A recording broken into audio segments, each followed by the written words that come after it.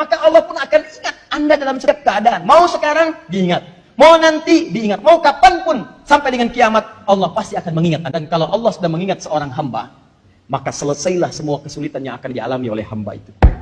Kalau Anda rajin mendekat kepada Allah, maka ada tawaran dalam Al-Quran langsung. Apa manfaatnya? Kata Allah, ini perintah nih. Udhkuruni, berzikirlah Anda kepadaku, ingat saya. Azkurkum. Lihat persamaannya.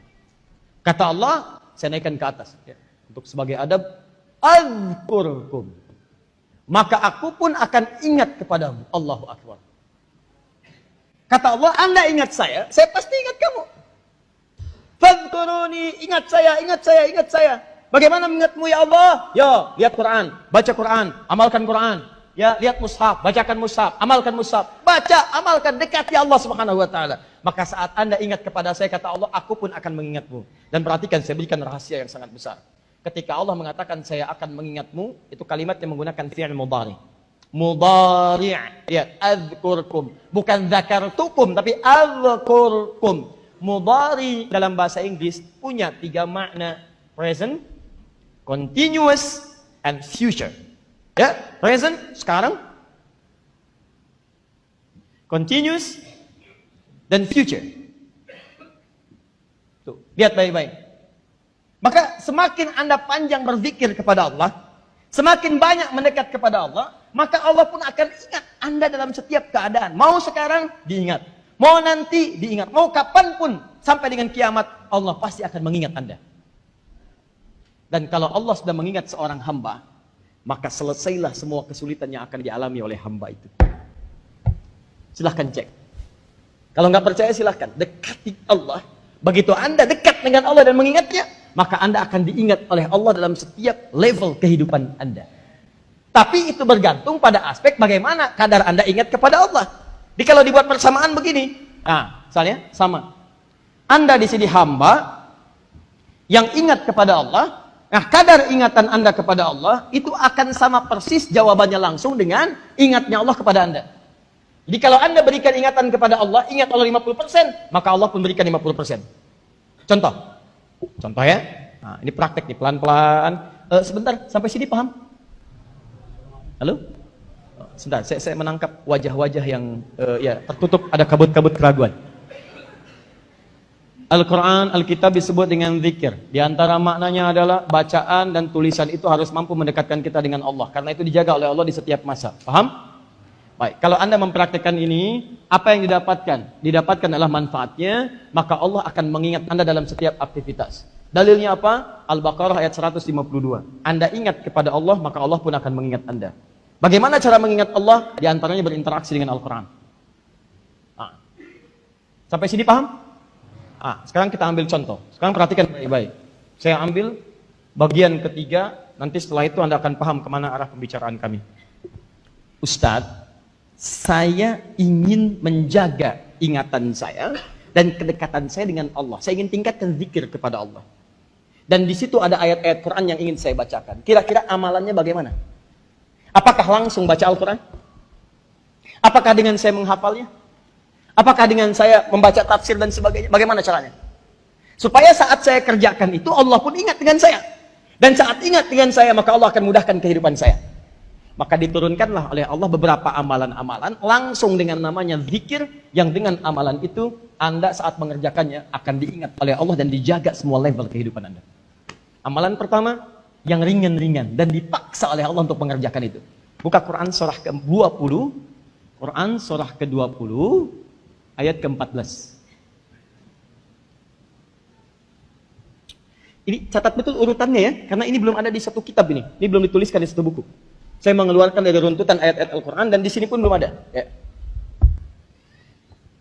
Lihat kalimatnya. Innani anallah la ilaha illa ana fa'budni wa aqimis salata li dzikri. Zikir. Innani anallah, kata Allah, saya Allah. Allah perkenalkan dirinya. La ilaha illa ana, tidak ada Tuhan yang layak disembah, dipertuhankan, diesakan kecuali saya. Fa'budni, sembah saya. Bagaimana cara menyembahmu ya Allah? Wa aqimis salata li dzikri. Tunaikan salat sebagai zikir kepadaku. Nah, tunaikan salat sebagai zikir kepadaku. Allahu Akbar. Salat disebut sebagai amalan zikir. Nah, sekarang saya tanya pada Anda, apakah saat salat kita membaca Al-Quran? Oh. Bahkan tidak sah dalam salat ketika ditunaikan Anda, apalagi dalam salat sendirian, ya awas hati-hati, atau berjamaah imamnya tidak membaca Al-Quran, tidak sah. Apa bacaannya? Al-Fatihah. Bismillahirrahmanirrahim. Alhamdulillahi Rabbil Alamin. Sampai dengan akhirnya waladhdallin. Al-Quran bukan? Al-Quran. Itu yang paling ringan. 17 kali kita bacakan tanpa henti. Silahkan cek. Bukankah salat yang wajib itu 17 rakaat? Bukankah setiap rakaatnya baca Al-Fatihah? Bukankah Al-Fatihah bagian dari Al-Quran? Jadi Allah perkenalkan yang singkat dulu. Jangan panjang-panjang dulu ya. Katalah saya perkenalkan nih, kalau kamu amalkan ini, kamu kerjakan, maka saya berikan ketenangan dalam kehidupan, kenyamanan dalam kehidupan. Allahu Akbar. Apa kalimatnya? Lihat, wa aqimis salata li dzikri. Tunaikan salat sebagai zikir kepadaku. Salat disebut zikir. Zikir terkait dengan Al-Quran. Bukankah dalam salat Anda baca Al-Quran? Nah, sekarang awas, hati-hati ya, pelan-pelan. Sekarang lihat, saya berikan 2 pembuktian kepada Anda. Buktian pertama, mulai Al-Fatihah dulu. Jangan dikira saat baca Al-Fatihah itu tidak ada manfaatnya. Perhatikan bagaimana Allah memberikan kemuliaan. Saat Anda membaca Al-Fatihah dalam salat, ada hadis qudsi. Hadisnya sahih. Di antara periwayatnya banyak kalangan para sahabat, termasuk sahabat Anas bin Malik radhiyallahu taala anhu. Saya bacakan hadisnya, hadis qudsi. Haddatsana qala Rasulullah sallallahu alaihi wasallam, qala Allah azza wa jalla. Allah azza wa jalla berfirman dalam hadis qudsi. Jangan sembarangan nih. Jadi begitu tadi saya katakan di awal, Anda ingat Allah, Allah akan jaga Anda dan memenuhi kebutuhan Anda. Sekarang Anda bacakan Al-Quran dalam salat, saat salat, masih berdiri nih. Masih berdiri. Idza qasamtu shalah baini wa baina abdi. Di riwayat lain ala nisfaini. Saya bagi salat itu ke dalam 2 bagian. Awas hati-hati. Wali abdi ma sa'al. Ada hak aku terhadap hambaku, ada hak hambaku terhadapku. Kalau benar hambaku menunaikan kewajibannya kepadaku, maka aku akan berikan pada saat itu apapun yang dia minta. Ya.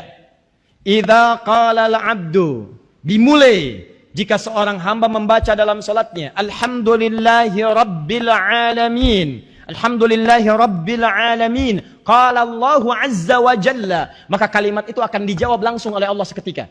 Hamadani 'abdi, hambaku sedang memujiku. Wa idza qala al-'abdu ar-rahmanir rahim, kalau hamba membaca ar-rahmanir rahim, qala Allah azza wa jalla, Allah akan menjawab langsung seruannya dengan kalimat athna alayya 'abdi, hambaku sedang menyanjungku.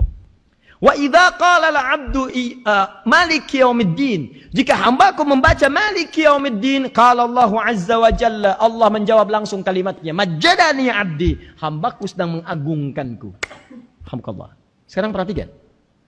Wa idza qala al-'abdu, jika seorang hamba membaca iyyaka na'budu, lihat, fa'budni, iyyaka na'budu wa iyyaka nasta'in.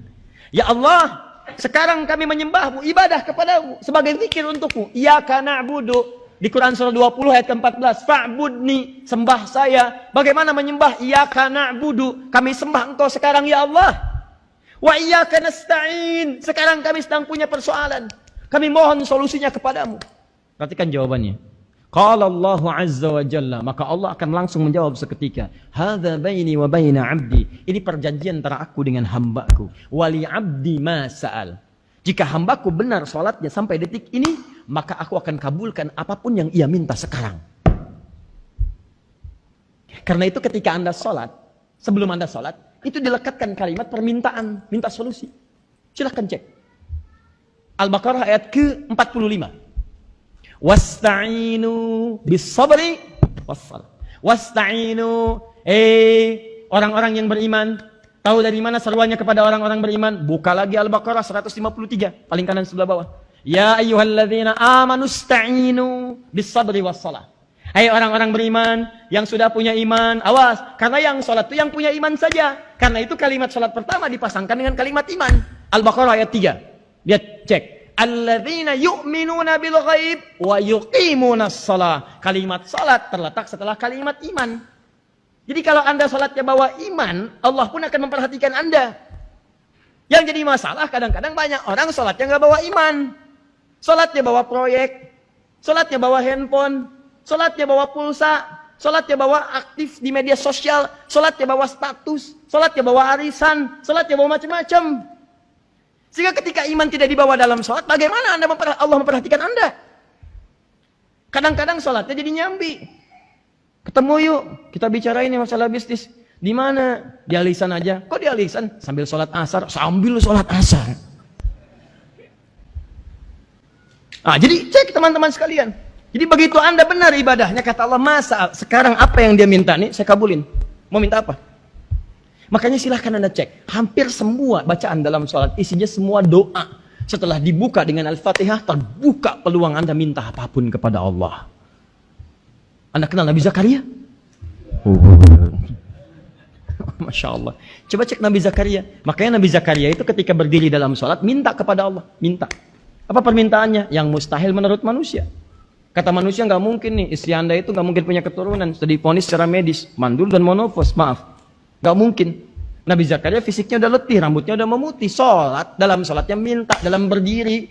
Berdiri itu bahasa Arabnya qa'imun. Qa'im itu berdiri. Yusolli sedang sholat, minta kepada Allah. Begitu minta, turun jawaban seketika. Dijawab langsung. Belum selesai sholatnya, belum salam, turun jawaban. Masya Allah. Belum salam, turun jawaban. Belum salam, masih berdiri. Buka Ali Imran, ayat 38-39. Quran surah 3, ayat 38-39. Paling kanan sebelah atas. Hunalika da'a Zakaria Rabba. Qala Rabbi habli min ladunka dzurriyyatan thayyibah. Innaka sami'ud du'a. Apa jawabannya? Ayat 39-nya. Fanadatul malaikatu wa huwa qa'imun yusalli fil mihrab, masih berdiri dalam salatnya, selesai doa langsung dikabul. Tuh. Anda ingat Allah dengan benar, diberikan jalan. Nih Al-Qur'an, dekati Al-Qur'an. Bagaimana caranya ya Allah? Saya perintahkan salat. Makanya kalau orang sadar dengan salat, dia akan bergegas untuk mengejarnya.